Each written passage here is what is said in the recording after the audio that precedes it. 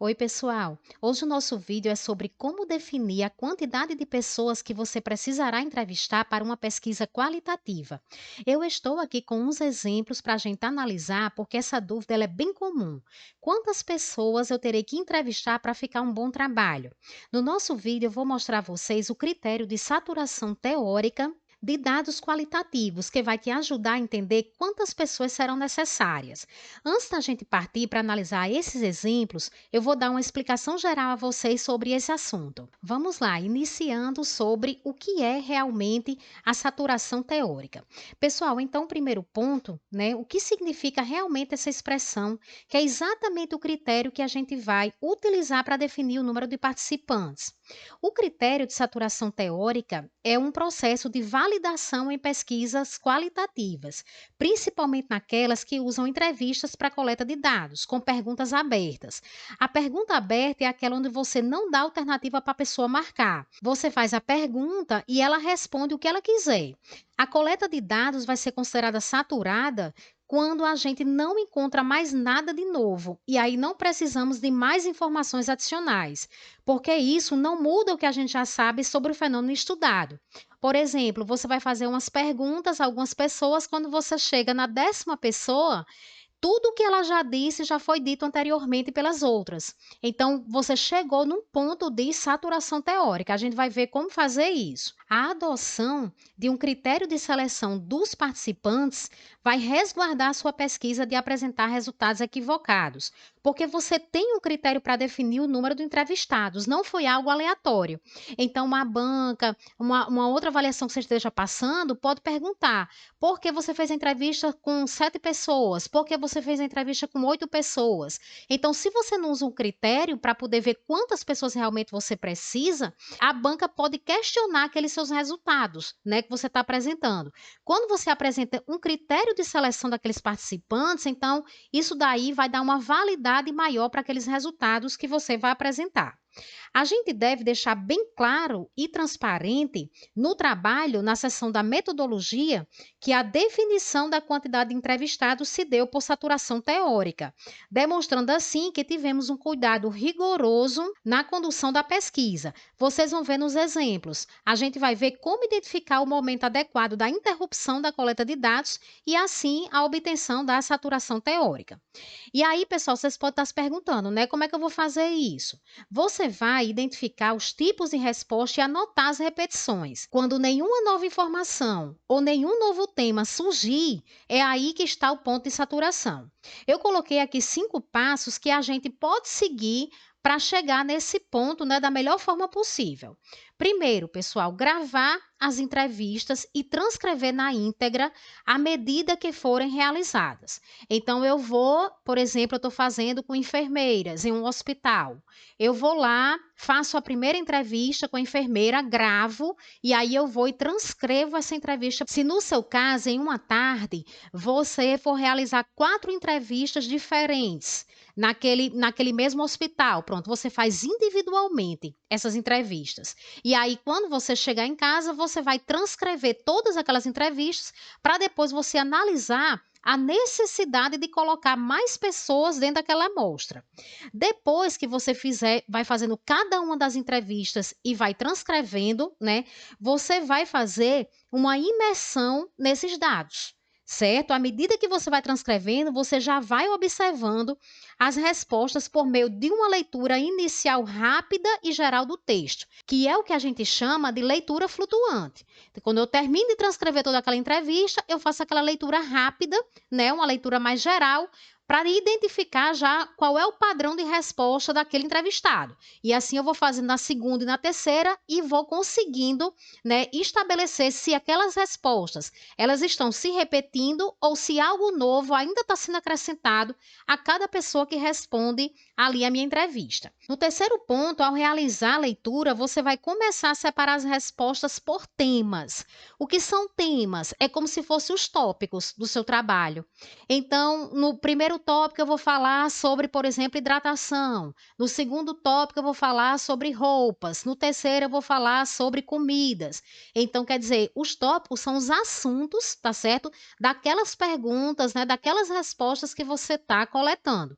E aí a gente vai ver aqui daqui a pouco nos exemplos que agrupar essas respostas em temas vai ajudar muito você a identificar quando é que realmente essas respostas elas começam a se repetir. Depois, você pode organizar as perguntas e respostas em um quadro, separados por tema, que vai te ajudar a encontrar as repetições nas respostas. Eu mostro já como outros autores já fizeram esse passo aqui e você vai ver como facilita a visualização das respostas à sua entrevista.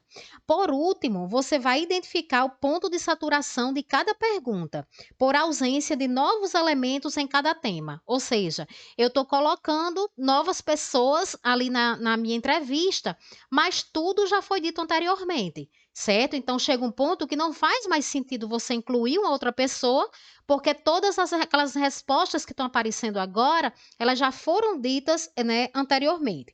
Vamos olhar, pessoal, os exemplos que vai ficar mais fácil para vocês compreenderem, né, aqui esse passo a passo que eu coloquei, tá? Pessoal, neste trabalho sobre saturação teórica em pesquisa qualitativa, relato de experiência na entrevista com escolares, desses autores aqui, a gente pode ver aqui na página 3, então só colocar aqui na página 3 para vocês verem, eles trazem os trechos de uma entrevista feita com uma criança.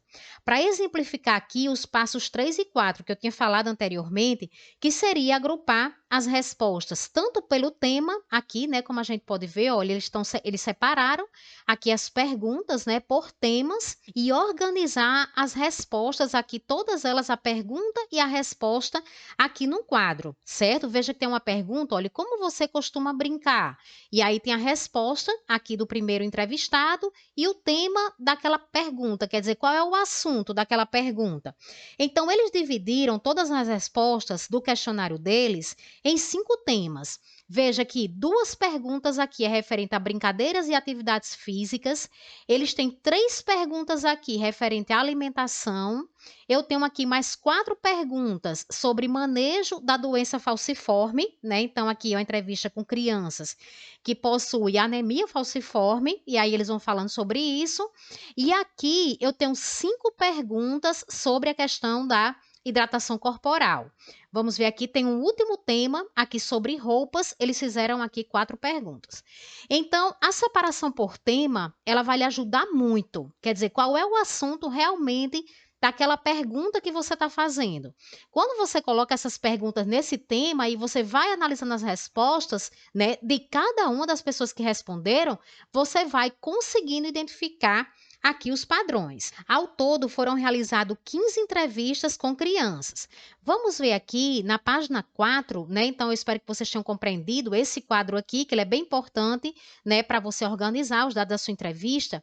E aqui, já na página 4, ele vai começar a falar sobre essa questão de quando foi encontrado esse ponto de saturação. Ele diz o seguinte, olha: quanto aos tipos de líquido ingeridos, não houve identificação de novos elementos a partir da 4ª entrevista. E no que se refere à importância dos líquidos, os elementos novos surgiram até a 11ª. Então, veja bem, pessoal, se você tem uma pergunta aqui, que ele está dizendo que a partir da 4ª entrevista já não apareceu mais nada novo. Né? Então, assim, as novidades foram até a 4ª criança responder. Da 5ª para frente foi tudo repetido. No entanto, teve uma pergunta sobre a importância dos líquidos que novas respostas surgiram até a 11ª criança, certo? Então, assim, uma pergunta saturou, mas outra não saturou.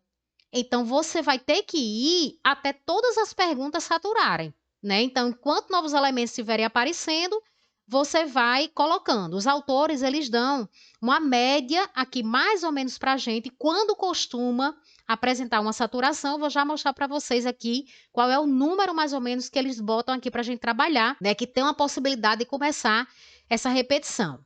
E aí aqui, veja que ele falou que essa questão aqui, que era sobre os tipos de líquido, né? Ele disse assim, a partir da 4ª criança, não apareceu mais nada novo, certo? Então, quando a gente vai olhar aqui, olha, no E1, ele coloca aqui, tá certo? Alguns líquidos, né, ingeridos. O E2 também, o E3 também, o E4, que foi o último, que colocou um líquido novo aqui na resposta, que foi vitamina de leite com banana.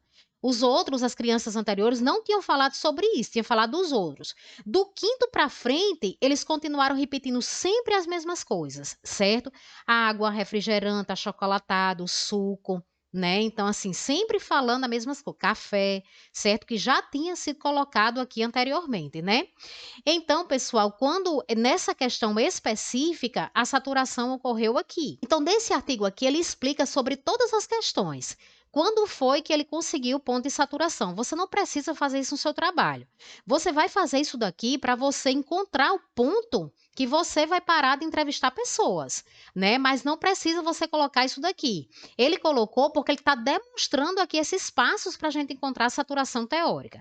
Então, o último elemento novo encontrado na entrevista de C4, 12 anos, foi vitamina de leite com banana, como eu mostrei aqui para vocês, né? Foi a última informação nova.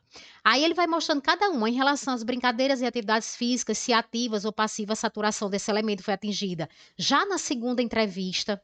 Quer dizer, teve pergunta aqui que na terceira criança já começou a repetir tudo e depois não apareceu mais nada novo. À medida que você for realizando as entrevistas, você vai explorar cada entrevista individualmente, né? Porque a avaliação da saturação teórica com base em uma amostra é realizada em um processo contínuo de análise dos dados, que se inicia desde aquele momento da coleta, certo? A partir dali você já vai observando a resposta deles, né, para você ir colocando aqui no seu quadro e percebendo se você está chegando no ponto de saturação, né? Algumas questões com certeza vão chegar bem antes do que outras, mas aí você vai chegando até o ponto que realmente não aparece mais nenhuma novidade com relação a isso.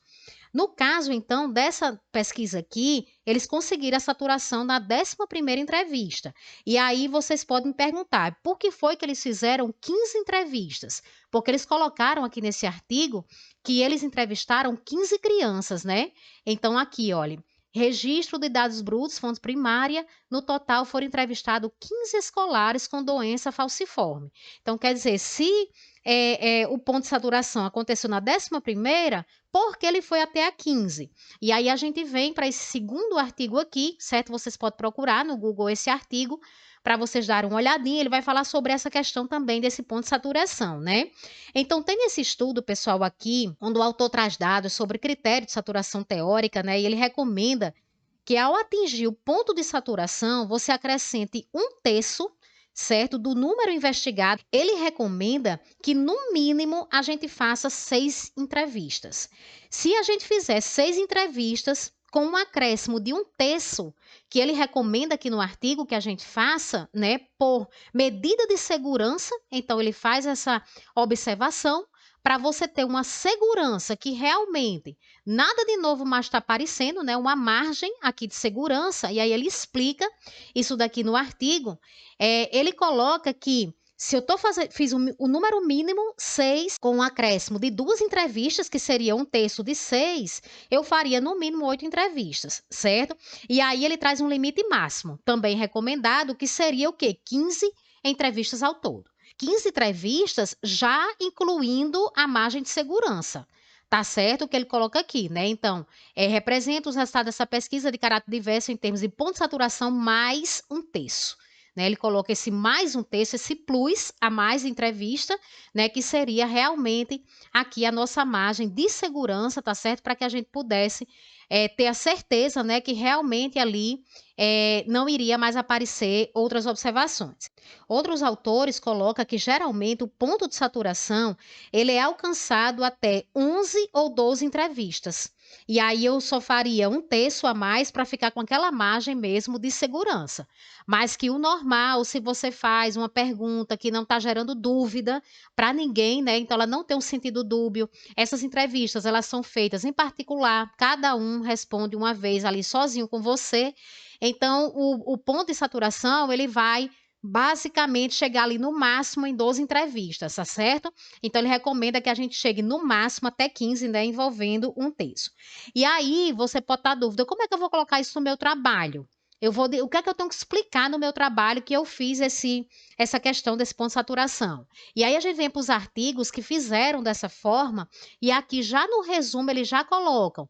Eles dizem o seguinte: trata-se de uma pesquisa qualitativa com abordagem descritiva realizada nos meses de abril em um centro de referência para idosos no norte de Minas. Participaram da pesquisa 11 idosos. O término da coleta de dados ocorreu por saturação teórica dos dados. Então, veja que no resumo, eles já colocam que utilizaram esse critério. Vamos ver aqui na metodologia, tem mais informações sobre isso. Eles colocam: o término da coleta de dados ocorreu pela saturação teórica dos dados. Minayo 2007 afirma haver saturação teórica dos dados quando os dados obtidos passam a apresentar certa redundância ou repetição, porém sem desprezar informações importantes. E havendo a repetição dos dados colhidos, pode-se assim ser encerrada a coleta. Eu tenho um outro exemplo aqui também que vocês vão ver que eles colocam desde o resumo. Aqui no resumo, então, esse artigo, né, aqui escrito por esses autores, aqui no resumo eles colocam o método clínico qualitativo com o uso de entrevistas semi-estruturadas em profundidade, realizadas em 2019 com 6 pacientes, ou aqui ficou o número mínimo.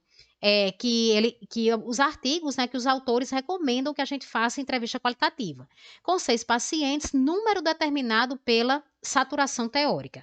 E aí, quando a gente vem aqui na metodologia também, né, especificamente aqui na parte de fonte de dados, eles colocam: o fechamento da amostra intencional foi determinado por saturação teórica.